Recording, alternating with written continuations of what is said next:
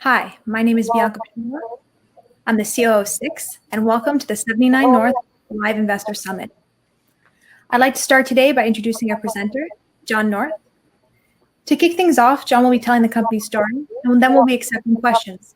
You can submit your questions in the Q&A panel on the right-hand side of your screen. Without further ado, take it away, Jon. Okay, thanks, Bianca. Yeah, so my name is Jon North. I'm the president, CEO, and also the chief geologist of the company. I founded the company in 2016 after spending the 5 years prior to that working in the Arctic, and we found the Pistol Bay gold deposit in Nunavut. And before that, I spent 10 years living and working in French West Africa, which is why, in a way, we ended up in Suriname. So when our last company was taken over in 2016, I was called by a friend of mine who said, why don't you come over to Suriname, have a look at things and just see what's going on over there. And because of the connection between West Africa and South America, which were connected at one time about 200 million years ago, I completely understood the geology. I knew some of the names of the big mines there, like Las Cristinas and Venezuela and things like that. And I rented a helicopter and flew around, flew over the Rosabelle mine of IAMGOLD and over the Marion mine of Newmont. And looking out the window of the helicopter, I could see like literally, hundreds and even thousands of guys in the jungle mining gold from the creeks, digging up the creek beds with excavators and pumping the material up into sluice boxes and recovering gold. And it occurred to me that there were a lot more people working in the jungle in a lot more different areas of the jungle than just the Rosabelle area and the Marion area. And doing a little bit of research and using a little intuition, that's how the Rosabelle and Marion mines were discovered. They were discovered by people like me, finding where the source for the gold-bearing creek gravels and things were, drilling holes into those source areas, and in quotations, discovering these gold deposits. So I wish I could say it was a stroke of geologic genius that Rosabelle and Marion were discovered by people like me, but it wasn't. They were just people following informal miners around and drilling holes under the existing gold mines. So this is a short presentation. It's 14 slides. It'll go very quickly. Hope not to not put anybody to sleep. And I'll start by saying, so our goal is to become the dominant junior gold explorer in Suriname. We started in 2016. We've got 2 projects right now. Really going to focus on one project. And we'll grow the company by exploring those projects and making other acquisitions. There's the usual forward-looking statement disclaimer. So the opportunity, I think I just mentioned, is that Suriname, which is in the Guyana Shield, has basically the same geology as West Africa, and West Africa has things like the large gold deposits in Ghana and Mali and Ivory Coast and Guinea and Burkina Faso. So this is basically the same geology. We understand the rocks. We have an experienced team of mineral explorers and people with capital markets expertise. We have a good track record of discoveries in South America and elsewhere. We have a portfolio of high quality targets that we will try to acquire in future. We're well financed. We just completed a financing. We raised $4.5 million and started trading, I guess, about a month ago. And we're strategically located in the same geology as major gold mines in Suriname. So a little bit about Suriname. It's a gold producing country. It's a relatively small country, set amongst gold producing countries like Venezuela, French Guiana, Guyana, and Brazil. The gold mining industry in Suriname right now is about, I would say, about 100 years or so behind where the West African gold industry. And that means that there are still things to discover, and that discovering things will be relatively easy because they won't be at great depth, and they won't be as well hidden as if they were as if there had been 100 years of exploration here. Countries of parliamentary democracy. They recently had an election. The new president just took office. He seems to be a great guy. Wants to have strong ties with the world. So people are very optimistic about that. It's a very safe country to work in. There's no terrorism. There's no Al Qaeda. There's none of those things that French West Africa has as major problems. And it's not an undeveloped country. It's at the early stages of development, but it's perfectly safe to drink the water there. You won't get malaria in the capital. It's quite a nice country to work in, actually.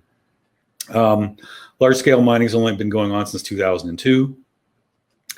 And the business case histories of the Rosebel and Marion mines of IAMGOLD and Newmont indicate that big companies, people that run big companies are perfectly willing to work there.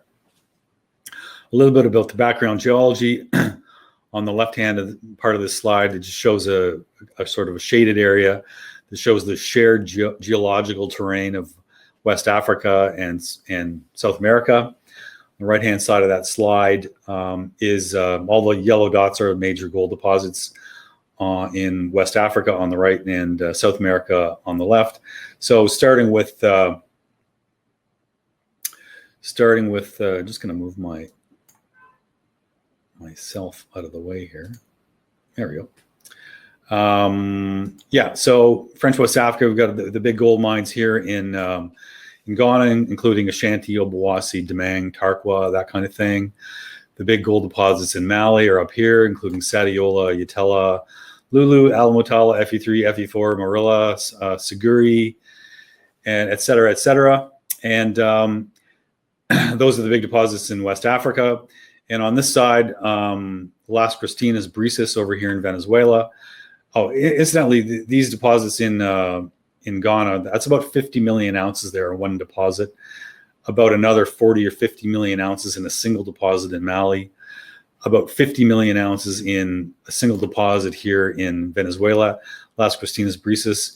And here in Suriname, between the Rosebel and Marion mines, there's at least 30 million ounces of gold in just those two deposits. So very, very large deposits in very, very small areas. And that's the attractiveness of this, is that when you get into one of these really, really super endowed terrains, like Las Cristinas, like Rosebel Marion, like Sadiola or Obuasi, you can get 40, 50 million ounce gold deposits in very small areas. And that's what the Birimian or the Guyana Shield is all about.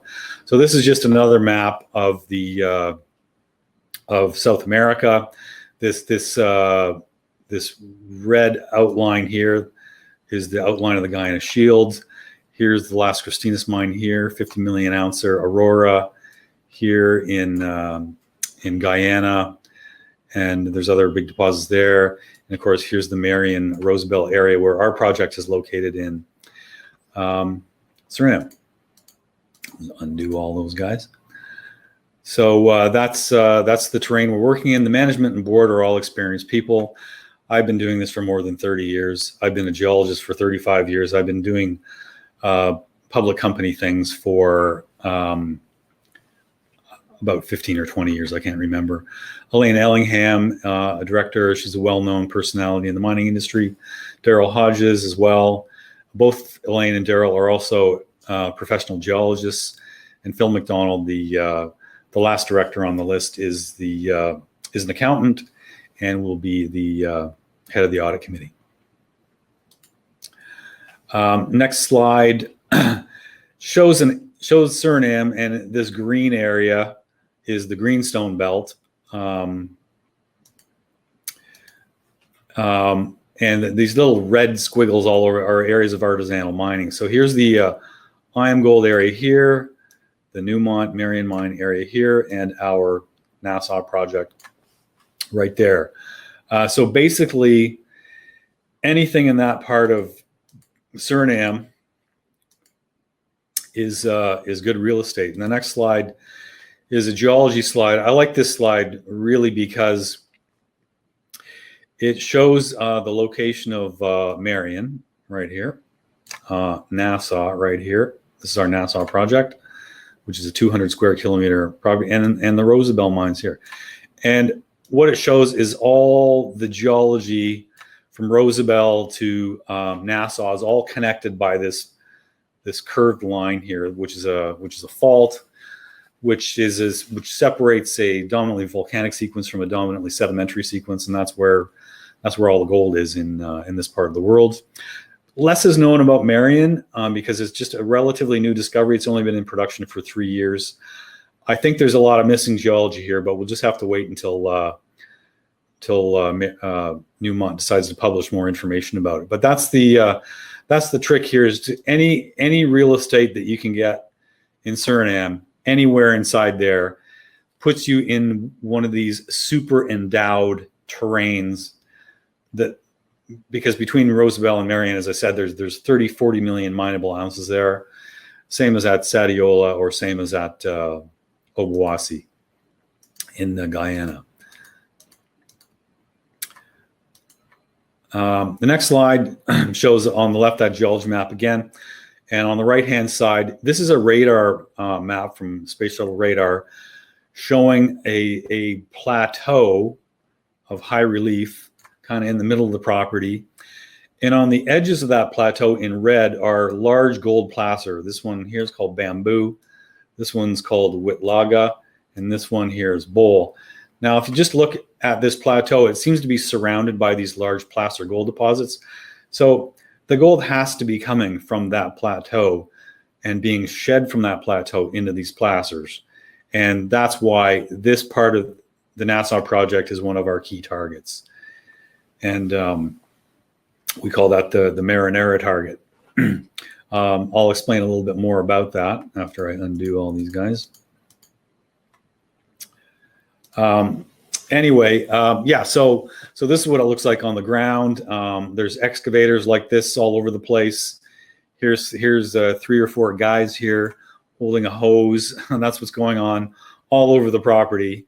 There's hundreds of guys on the property that are mining gold, and they're not really legal, but we don't care about them. We kind of like having them there because they're very diligent explorers. Most of them are Brazilian people, and they find out where the gold-bearing drainages are and just start mining them. So they're good to have around. Almost done here. A little bit about the Newmont Marion mine and the Rosabelle mine. Just some statistics here. They're both open pit mines. Marion is currently mostly in saprolite because it's new. It's only been in production for 3 years. Produces more than 500,000 ounces a year at an all-in sustaining cost of about $690 an ounce. It's got about 5 million ounces in reserves. The grade's about 1 gram per ton. Rosabelle, which has been in production for a lot longer, since about I think 2004. Is a lot of that production is now from hard rock because most of the saprolite's been mined.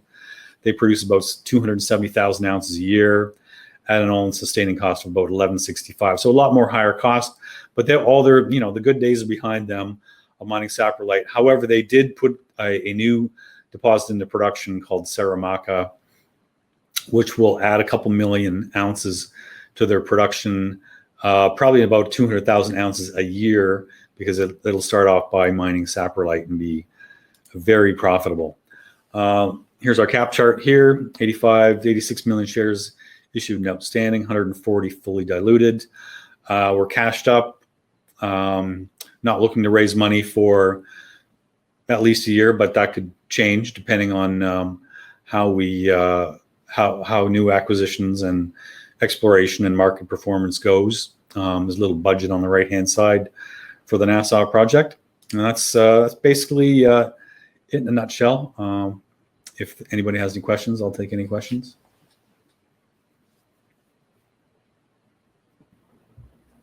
Hey, John, can you hear me? Yep. Awesome. Let's jump into some questions. So first one, what effect has COVID had on the company so far? COVID has had the effect of the main thing is I can't go there, and I am the supervising geologist, so I like to be there. But we'll just have to work around that. We'll have to hire a local geologist, and I'll just have to supervise them as best I can from Canada. It'll be a very qualified person that will be able to do what we need to do. And when we find out when and how I can go to Suriname and when it's appropriate, I will do so as soon as possible. Very good. And to an obvious one, but an important one, when do you start drilling? Yeah, well, we first of all have to do some basic geology work on multiple targets on the property, and exploration is a very rational process. So we start off doing certain things, and it takes certain amounts of time to do that, and we sort of narrow down target areas on the property and shrink things down until we're ready to drill, and then we'll drill. So it could take 6 months before we're starting to drill. So. But we'll do auger drilling before that, but not diamond drilling. Diamond drilling will take probably 6 months. I see some other questions here. I see Paul Rankin here. Hi, Paul. No, we don't want to be a producing company. That's not what we do. However, our main duty is to our shareholders. So from time to time, exploration companies like ours will make a discovery, and it will be apparent that the best thing for shareholders would be to become a producing company. Junior companies can do that and make the transition, but I wouldn't be involved in that. It would have to be all new management. And like I said, we would do that if that's the best thing to do for shareholders. No, the next question, are we taking a royalty on the miners on our land? No, we are not. Not everybody does that. And we pretty much every project in Suriname is a property that's owned by a local company or business that through political connections and whatever have acquired these mineral concessions. So it's up to them to collect that royalty if they want to collect a royalty on the land. We don't really want to be involved in placer gold mining in any way, and again, royalty taking is not part of our business. Another question: what are the near-term plans for exploration of Nassau? So the near-term plans are to develop targets that we can that will be, very small parts of a very large property. The property is 200 square kilometers. That's 50,000 acres. So we have to define smaller areas to explore that would be about the size of a gold deposit, and then explore them. We'd start off by cutting grids and doing, all kinds of geochemical sampling and geophysical work like LiDAR surveys and things like that. And we would just move these targets up the food chain till we're ready to do some diamond drilling on them, and that could take 6 months. Are we talking M&A? I'm not sure what that means. M&A with, we're a little early for us to do an M&A right now.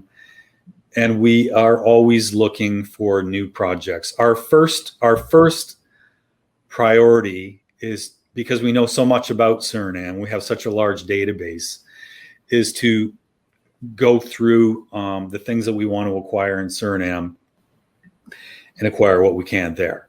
And we're working very hard on that. And then, because Suriname's not that big of a country, and the geology, it goes really from Venezuela all the way to Brazil, we'd look at other jurisdictions as well, for sure. Awesome. I have a few more questions for you. Victor Zhao asks, what's the meaning for the company's name? Okay, well, the 79 is the atomic number of gold on the periodic table, and North is my last name. And I figure if you're going to name a company, you should have your last name in it. Fair enough. Hugo Delrue says, have other mining companies worked on your land? Not really. There really hasn't been any sustained work by anybody. Our local partners acquired the project in 2012. Prior to 2012, there really wasn't any sustained work. Newmont apparently drilled a couple of scout holes in there somewhere. We don't know where the holes were. We don't know anything about the results. And back in the 1800s, some guys found cinnabar on the project, which is a mercury sulfide. And there was a little bit of a play for cinnabar, which is kind of interesting because that could also be an indication of kind of epithermal type gold mineralization. So no, there's never been any sustained work. There is an airborne mag survey, and but that's about it. The only geological work that's ever been done was done by us, and that does not include any drilling. Do we need to be politically connected to work there efficiently? No, you don't. You don't have to be politically connected. Of all the times I've spent all over the world in so many developing countries, where the first meeting you ever have in the country is to meet the Minister of Mines. So the Minister of Mines can see that you're a real person and shake your hand. And I've never been asked to do that here in Suriname. No, the Minister of Mines has never said, hey, I need you to come in. So no, you don't need to be politically connected. However, I think the local people that do own concessions, it doesn't hurt if you're politically connected. And it's a small country with a small number of exploration concessions. So I think most of the people that do own mineral concessions, like our local partners, they do have political connections, but I don't think it's absolutely necessary. Percent management ownership as of today, I own 10%. Let me expand that to not just management, but I have an inner circle of colleagues that I work with on all of these things that we rely on for seed capital and for usually the first real financing. So management and my inner circle of colleagues that we all work together on these things is probably something like 50%. We currently own 70% of Nassau and can earn another 10% by completing a scoping study within 2 years. At that point, our local partner would be a participating joint venture partner, or they could opt to convert their 20% interest into a net smelter royalty and or a net profits royalty. So I think the net smelter is 3% on that. And the terms to acquire Nassau, I'll just say this generally because I don't have the facts like it right in front of me, but since 2014, when the option agreement was signed, there's been about, I think, $300,000 or $400,000 paid to the local partner, and that's it. And there's we'd have to pay another $100,000 to earn the extra 10% and provide a scoping study. So let's say $500,000 has been paid to them. Yes. Do we intend to finalize our website? Yes. Well, as far as exploration data, it's pretty close to being finished. What's missing from it are things like financial statements and annual reports. We haven't had an annual report because we've only been public for about a month. So we don't have one. And we just went through the transition from a private company to a public company. So the first quarterly financial statements haven't been approved yet. So we don't have those on the website. I don't think I know what else is missing from the website other than just the financial stuff. And the website's 79north.ca, right? So I have a few more questions for you here. This one comes from Victor Zell. Is there an NI43101 report on the project? Yes, there is. Elka, can you check and see if that's on the site? The 43101 for Nassau? We'll just get back to you on that one. If it's not, we'll put it up. Perfect. Hugo Del Rue asks, do you have institutions as shareholders? Yeah, we have a couple of small institutional shareholders, and there's one in the UK, very small firm, but not it's not a big part of the total. I have a couple questions here from Paul Rankin. First one is, what's your view on the legacy and/or current mercury contamination in the country? You were kind of breaking up there, Bianca. Could you repeat that? Yeah, he says, what's your view on the legacy or current mercury contamination in the country?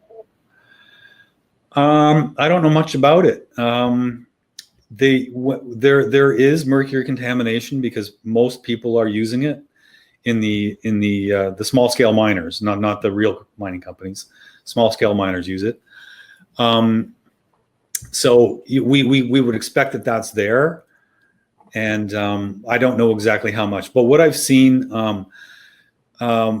So what companies like Newmont and IAMGOLD have done when they before they start mining, they do environmental audits. So they do sample downstream areas for mercury, and there's also some hydrocarbon contaminated soil, because everybody runs off diesel plants and diesel engines, and they spill diesel all over the place. So anybody that's working there, moving forward towards scoping studies and things like that, usually does an environmental audit just to determine what the level of mercury and hydrocarbon contamination is.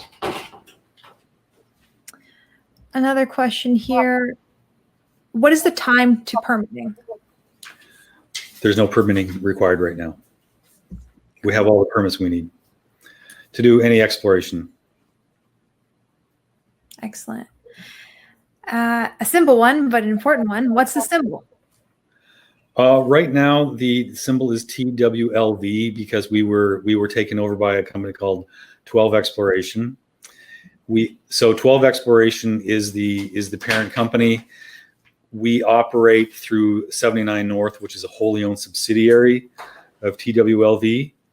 And on August 14th, we have our first shareholders meeting of TWLV, and we'll change the name back to 79North. So, and we will change the trading symbol.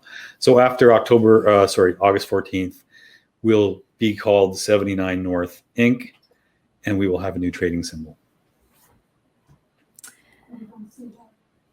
Oh, okay. So the 43101, we will put that on the website. And the updated one is on the CEDAR site under 12 Exploration, and it's the last update is June 12th, 2020. So you can find it on CEDAR under 12 Exploration. Good stuff. This next one comes from Ken. He says, what was the price of the most recent financing? What was the size of that raise? The price was 15 cents a unit, and we raised $4.5 million. A unit consisted of a share and a full warrant. And the warrant price is 25 cents in a 3-year term. Good stuff. Well, this comes to the end of the submitted questions. I have a final question for you, though, Jon. What are you most excited about over the next 12 to 16 months? First of all, getting people back on the ground there, which is going to happen very, very soon. So people will be cutting line, taking auger samples, collecting samples. We will be doing a LiDAR survey in September. We've signed the contract for that. And so what we're going to do is we're going to rapidly, there's a lot to work with here. There's a lot of good geology and geochemistry and geophysics to work with here. And we're just in the right neighborhood. So we'll develop target areas very quickly, start working on them, and start to publish the results of our work. And, as soon as is appropriate and efficiently, we will be diamond drilling at Nassau. And we are also working very hard on making other acquisitions in Suriname, either by one way or another. We'll make other acquisitions. Awesome. Okay, well, that brings us to the end of the Q&A period. If you have a question for Jon that you didn't get answered, or if you just thought of one right now and you'd like to submit it, you can contact them directly. The contact information is on these slides right now. I'll pass it along to you, Jon, for the final word. Okay, well, I just in summary, I just think we are the right group of people working in the right place at the right time for the right thing.